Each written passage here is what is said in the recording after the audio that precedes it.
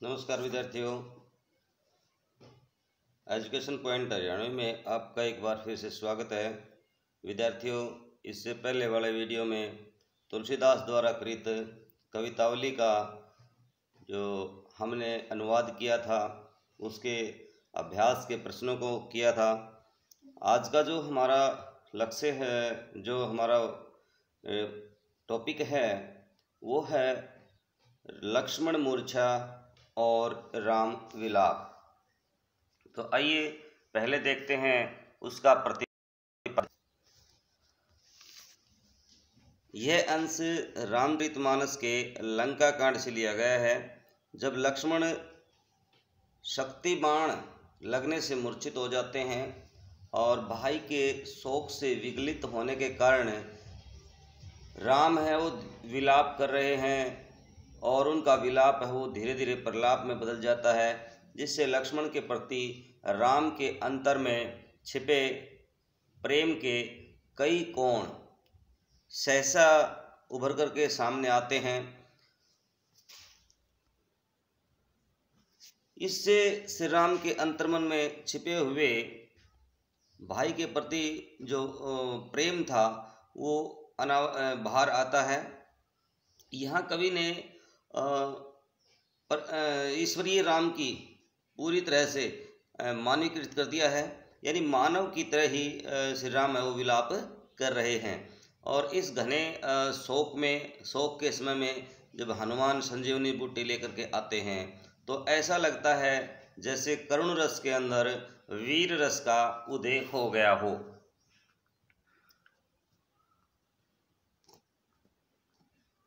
अब आइए देखते हैं लक्ष्मण मूर्छा और राम का विलाप।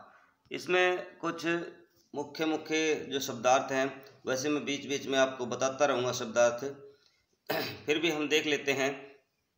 तो तुम्हारा आपका प्रताप यश उर हृदय राखी रख करके जहूँ जाऊँगा नाथ स्वामी आस इस तरह आयसु आज्ञा पाई पा करके पद चरण पैर बंदी वंदना करके बाहु भुजा। ये इसमें है ना कुछ मिसप्रिंट छपे हुए हैं भाई, मैं लेकिन उच्चारण सही कर रहा हूँ।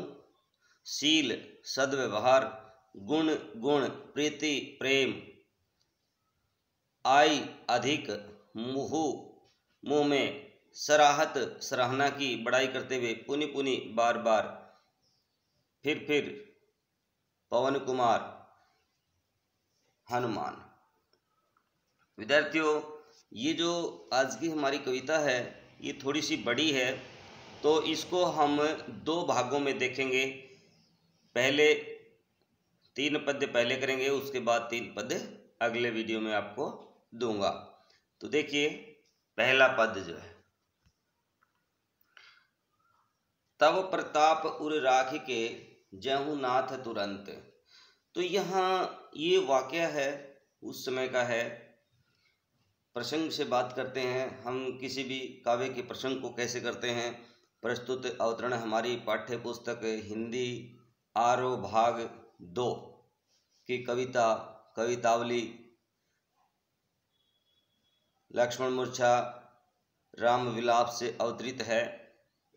और इसके जो कृतिकार हैं गोस्वामी तुलसीदास जी हैं। और इस पद्य में, इस दोहे में उस समय का वर्णन है जिस समय हनुमान संजीवनी बूटी लेकर के वापिस आ रहे थे, और वापिस आते समय भरत ने उन्हें देख लिया तो अनिष्ट की आशंका होने के कारण भरत ने हनुमान को नीचे उतार लिया। और फिर वे उनसे पूछने लगे तो हनुमान ने सारा वाकया बताया। आइए देखते हैं। विद्यार्थियों, यदि आप मेरे चैनल पर नए हैं तो एजुकेशन पॉइंट हरियाणवी को आज ही सब्सक्राइब कर लीजिएगा, क्योंकि मैं आपका जो सिलेबस है वो क्रमवार धीरे धीरे करवा रहा हूँ। तो आप मेरे साथ बने रहिए। यदि आपको कुछ अच्छा लगता है तो लाइक करें, शेयर करें, सब्सक्राइब करें। अदरवाइज़ आप कमेंट बॉक्स में जो आपको सही नहीं लगता है उसके बारे में भी बता सकते हैं। तो आइए देखते हैं हनुमान और भरत का ये संवाद है। इसमें तव प्रताप उर राखी के, तव प्रताप तुम्हारे शौर्य को, शूरवीरता को, यश को, उर राखी अपने हृदय में रख करके, प्रभु हे प्रभु जय हूँ नाथ तुरंत, कि मैं स्वामी के पास शीघ्र चला जाऊंगा, यानी श्री राम के पास शीघ्र चला जाऊंगा। यहाँ उर राखी में अनुप्रास अलंकार है। अस कही आयशु पाह पद बंद चले हनुमंत। अस कही यह कह करके, अस कही आयसु पाई पद बंद चले हनुमंत, यह कह करके भरत के चरणों की वंदना करके हनुमान शीघ्र चल पड़ते हैं। भरत बाहुबल शील गुण प्रभु पद प्रीति अपार। तो कहता कि भरत की जो भरत है उसकी भुजाओं की ताकत है, बल है, उनकी सहनशीलता है, उनके गुणों का और भगवान श्री राम के प्रति जो अपार प्रेम है उनका मन ही मन वो स्मरण कर रहे हैं। मन मन जात शरहात पुनि पुनि पवन कुमार। तो मन ही मन है ना भरत के बाहुबल की, सहनशीलता की और गुणों की और भगवान श्री राम के प्रति जो अनन्य प्रेम है उसकी वो मन ही मन सराहना करते हुए हनुमान रास्ते में आगे चल पड़े। तो आइए देखते हैं, यहाँ भरत बाहुबल, यहाँ भी अनुप्रास अलंकार है भाई। प्रभु पद प्रीति अपार, यहाँ भी अनुप्रास है, यानी इस पद में दोहे में अनुप्रास अलंकार जो है वो सर्वथा अधिक है। आइए इसमें देखते हैं कुछ प्रश्न हैं। पहला जो प्रश्न है, कवि तथा कविता का नाम बताइए। तो कवि का नाम है भाई गोस्वामी तुलसीदास और कविता का नाम है लक्ष्मण मूर्छा और राम विलाप। वैसे इनके उत्तर भी दिए गए हैं, नीचे आप देख सकते हैं। अगला प्रश्न है, हनुमान ने भरत जी को क्या आश्वासन दिया।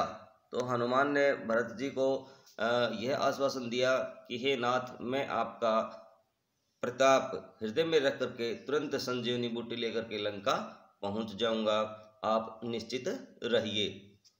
अगला जो प्रश्न है, हनुमान ने भरत से क्या कहा। हनुमान ने भरत से कहा कि हे स्वामी, मैं आपके प्रताप को धारण करके तुरंत जाऊंगा। अगला प्रश्न है, हनुमान भरत की किस बात से प्रभावित हुए। तो हनुमान भरत की राम भक्ति, शीतल स्वभाव व बाहुबल से प्रभावित हुए। अगला जो प्रश्न है, हनुमान ने संकट में धैर्य नहीं खोया, वे वीर एवं धैर्यवान थे, स्पष्ट कीजिए। तो मेघनाथ का बाण लगने से जब है ना लक्ष्मण मूर्छित हुए तो सारी सेना है ना शोकाकुल हो गई थी, विलाप कर रही थी। ऐसे में हनुमान ने विलाप की जगह धैर्य बनाए रखा और वे संजीवनी लेने के लिए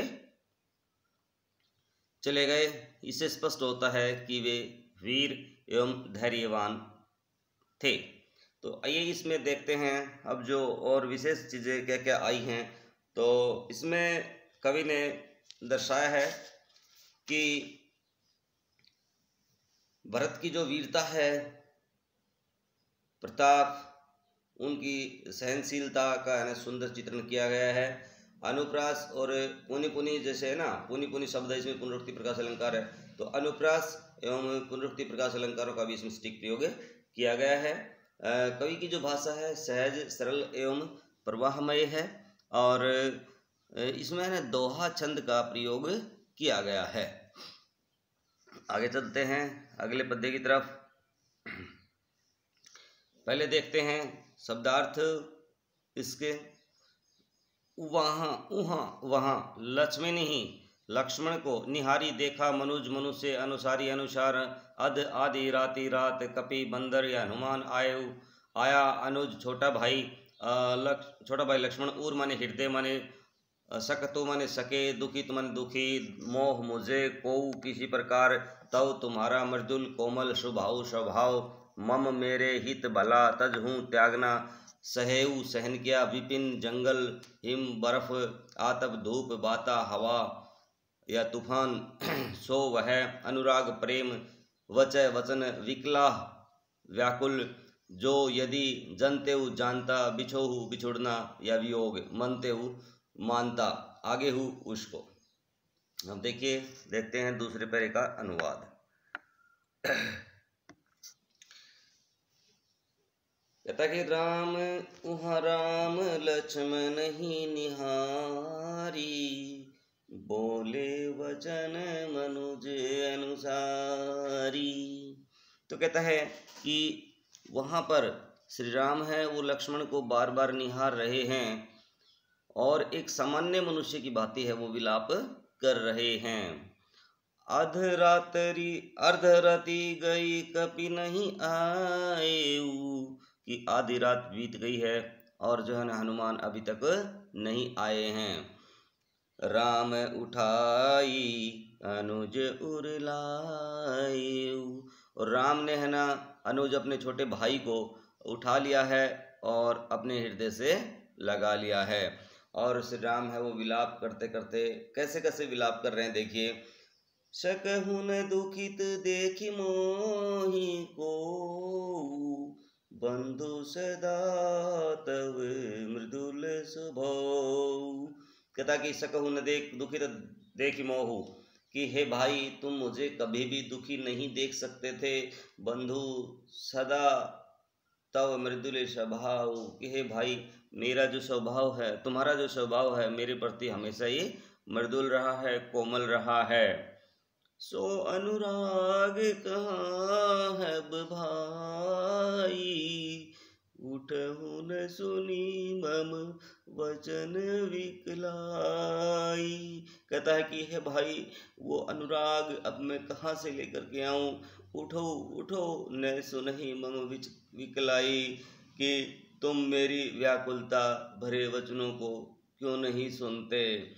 तो कहता कि भाई वो प्रेम है मैं कहाँ से लेकर के आऊँ, उठो ए भाई उठो, न सुनी मम वचन विकलाई, कि मेरे तुम न व्याकुलता भरे वचनों को कभी भी सुन नहीं सकते थे, अर्थात तो तुम मेरे व्याकुलता को सहन सुनो और उठ जाओ। जो जनते बन बंधु बिछोऊ, पिता वचन मनते नाही ओहु। और फिर है ना हनुमान विलाप, श्री राम विलाप करते हुए जो कह रहे हैं कि हे भाई यदि मैं जानता कि वन में जाकर के मुझे तुमसे बिछुड़ना पड़ेगा तो मैं पिता के वचनों को कभी नहीं मानता। तो आइए देखते हैं इसमें जो कवि ने और मुख्य मुख्य चीज़ें हैं वो क्या क्या बताई हैं। तो यहाँ राम के द्वारा जो है ना बोले गए एक सामान्य मनुष्य की भांति जो है ना व्यवहार में लाए गए विलाप को इसमें कवि ने दर्शाया है। इसमें अनुप्रास, स्वरमैत्री, पदमैत्री अलंकारों का भी कवि ने प्रयोग किया है। भाषा सर्वथा सटीक है, शब्द चयन उचित है और इसमें चौपाई छंद का जो है ना निर्वाह हुआ है। तो यहाँ से चौपाई छंद के लिए भी एक चौपाई याद की जा सकती है। तो और बिंब योजना बड़ी ही सुंदर बन पड़ती है। आगे देखते हैं इसके कुछ प्रश्न। रात अधिक होते हुए देख करके राम ने क्या कहा। रात अधिक होते हुए देख करके राम व्याकुल हो गए। उन्होंने लक्ष्मण को उठाकर अपने हृदय से लगा लिया। और अगला प्रश्न है राम ने लक्ष्मण की किन किन विशेषताओं को बताया है। तो राम ने लक्ष्मण की निम्नलिखित विशेषताएं बताई हैं कि वे राम को कभी भी दुखी नहीं देख सकते थे। राम का स्वभाव उनके प्रति है ना, उनका स्वभाव राम के प्रति कोमल था और उन्होंने माता पिता को छोड़कर उनके लिए वन में कष्ट सहे हैं। इस प्रकार की विशेषताएं बताई हैं। अगला है सो अनुराग कहकर राम कैसे अनुराग की दुर्बलता की ओर संकेत कर रहे हैं, वो लिखिए भाई। वो कहता है सो अनुराग कहकर के राम ने अपने और लक्ष्मण के बीच स्नेह की तरफ संकेत किया है। ऐसा प्रेम दुर्लभ होता है कि भाई के लिए दूसरा भाई अपना सब कुछ है ना वो त्याग देता है, त्यज देता है। राम की लक्ष्मण की जो ना राम भी लक्ष्मण की मूर्छा मात्र से बहुत ही व्याकुल हो जाते हैं। आइए बढ़ते हैं अगले पद की तरफ। पहले देखते हैं हम उसके शब्दार्थों को। तो देखिए विद्यार्थियों, वित्त माने होता है धन, नारी ना स्त्री पत्नी, और होई माने होते हैं, जाही जाते हैं, जग संसार में, बारह बार बारंबार, अस ऐसा, इस तरह से विचारी विच सोच करके, जिए मन में, तात तात ये भाई के लिए संबोधन होता है। वही सहोदर माने सगा भाई, यानी एक माँ की कोख से जन्मे दो भाई, भ्राता माने भाई, जथा जिस प्रकार, बिनु बिना, दीना दीनहीन, और मणि नागमणि, फणि फण, यहाँ सांप, करिबर करिबर होता है भाई, श्रेष्ठ हाथी, कर माने सूंड, हीना से रहित, मम माने मेरा, जीवन है वो जीवन, बंधु माने भाई, तो ही मन तुम्हारे, यदि जो यदि, जड़ कठोर, दैव दैव माने भाग्य, जीवावे जीवित रखे, मोही मुझे जहूँ जाऊंगा, कमन कौन, मोह मुख, हेतु के लिए, गवाई गवाई गवारनी गवाई हो करके, बारू चाहे, अपजस अपयस सहते हूँ सहन करता हूँ, और माह में विशेष खास, क्षति हानि नुकसान। तो विद्यार्थियों बने रहिए आप मेरे साथ एजुकेशन पॉइंट हरियाणवी पर। जो है ना गोस्वामी तुलसीदास का कवि परिचय है, हमने पहले वाले वीडियो में पढ़ लिया था। तो यदि आपको गोस्वामी तुलसीदास का जीवन परिचय यदि पढ़ना है तो आप वहाँ से भी पढ़ सकते हैं। तो आइए देखते हैं हम अगले पद्य को। अब जो है ना श्री राम का विलाप है वो और अधिक हो जाता है। विलाप करते हुए वो और कहते हैं कि सुत बित नारी भवन परिवार, हो ही जाही जग बारंबार। सुत बित नारी, सुत बेटा, बित धन, नारी स्त्री, भवन मकान, परिवार परिवार, होई हो जाते हैं, जाही जग, होई जाही हो जाते हैं, जग बारंबार मन बार बार। भाई बेटा, धन, नारी यानी औरत, भवन, परिवार, यही संसार में बार बार है ना आ जाते हैं, हो जाते हैं। अस विचारी जिए हूँ लगा हूँ ताता, यह विचार करके अपने छोटे भाई लक्ष्मण को श्री राम ने गले से लगा लिया है। मिलहि न जगत सहोदर भ्राता, कि इस संसार में है ना सगा भाई नहीं मिल सकता है। जथा पंख बिनु खग अति दीना, जिस प्रकार पंखों के बिना जो पक्षी है ना वो अत्यधिक दीनहीन हो जाता है। मणि बिनु फनी करिबर करहीना, और सांप की जो मणि के बिना और हाथी की जो सूंड के बिना स्थिति होती है, हे भाई मेरी स्थिति भी वही हो गई है तुम्हारे बिना। अस मम जीवन बंधु बिनु तोहि, कि हे भाई मेरा जीवन है वो तुम्हारे बिना ऐसा ही हो गया है। जो जड़ देव जीवाए मोही, कि मुझे कोई जड़ दवाई दे करके दिलाओ, अर्थात हे भाई तुम उठ जाओ। जयूं अवध कवन मुख लाई, नारी है तू प्रिय भाई गवाई। कहता कि जाऊं अवध अयोध्यापुरी में मैं क्या मुंह लेकर के जाऊंगा। हे भाई दुनिया के लोग हैं वो मुझे कहेंगे कि एक औरत के लिए इन्होंने अपने भाई को गंवा दिया है। अब कहता है कि बरु उपजस सहते हूँ जग माही, कि दुनिया के लोग जो है ना मुझे अपयश देंगे। सहते हूँ जग माही, वो मुझसे सहन नहीं होगा। नारी हानि विशेष क्षति नाही, लेकिन है ना औरत की हानि है ना मेरे लिए कोई विशेष स्थिति नहीं है, विशेष नुकसान नहीं है। लेकिन दुनिया के लोग मुझे जो अपयश प्रदान करेंगे ना वो मैं सहन नहीं कर पाऊंगा। तो इसमें कवि ने बताया है कि श्री राम ने जो अपने भाई के प्रति जो प्रेम दिखाया है उसको इसमें दर्शाया गया है। और उन्होंने बताया है कि भाई इस दुनिया में सुतबित जो है ना, बेटा है, धन है, स्त्री है, परिवार है, इस दुनिया में बार बार होते हैं, लेकिन सहोदर भाई, सगा भाई इस दुनिया में हर बार बार है वो नहीं मिलता है। तो यहाँ लक्ष्मण का अपार प्रेम है वो उन्होंने दर्शाया है। अगला है, राम ने अनेक दृष्टांत देकर अपने भाई पर ही प्रकाश डाला है, भाई भ्रातृ भाव पर प्रकाश डाला है। और जिस प्रकार पंखों के बिना पक्षी की स्थिति जो होती है, सांप मणि की के बिना सांप की और हाथी की सूंड के बिना जो स्थिति होती है, उसी प्रकार श्री राम ने भी सामान्य मनुष्य की भांति अपनी स्थिति को दर्शाया है। और संपूर्ण पद में अनुप्रास अलंकार की छटा है वो दृष्टव्य है। और साहित्यिक अवधि भाषा का इसमें तुलसीदास ने प्रयोग किया है। और शब्द चयन है वो सर्वथा सटीक है। और चौपाई छंद का इसमें विधान है, करुण रस इसमें विशेष है। तो आइए अब देखते हैं इसमें कुछ प्रश्न।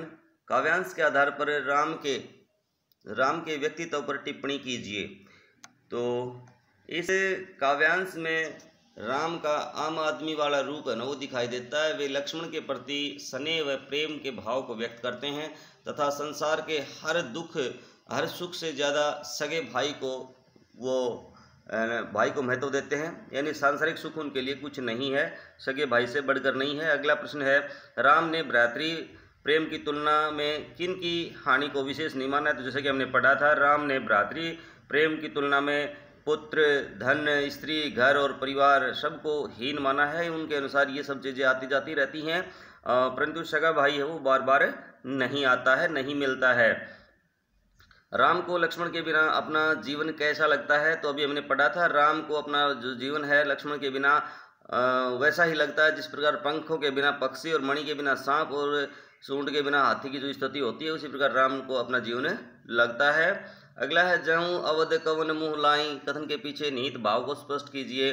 तो यहाँ कहने का भाव यह है कि इसमें श्री राम का जो कर्तव्य बोध है वो झलकता है। वे अपनी जिम्मेदारी पर लक्ष्मण को अपने साथ लाए हैं, परंतु वे अपना कर्तव्य पूरा न कर सके, अतः वे अयोध्या में अपनी जवाबदेही से डरते हैं।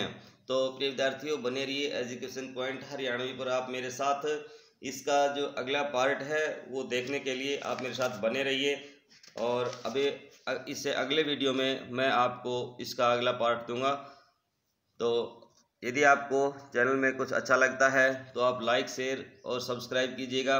विद्यार्थियों, आपके द्वारा किया गया एक एक सब्सक्राइब है वो मेरे मनोबल को बढ़ाता है, और आप मेरे मनोबल को बढ़ाते रहिए, आप मुझे असीम प्रेम देते रहिए। मैं आपके साथ आपका अपना जयपाल शास्त्री एजुकेशन पॉइंट हरियाणवी पर बना रहूँगा। Thank you. जय हिंद, जय भारत।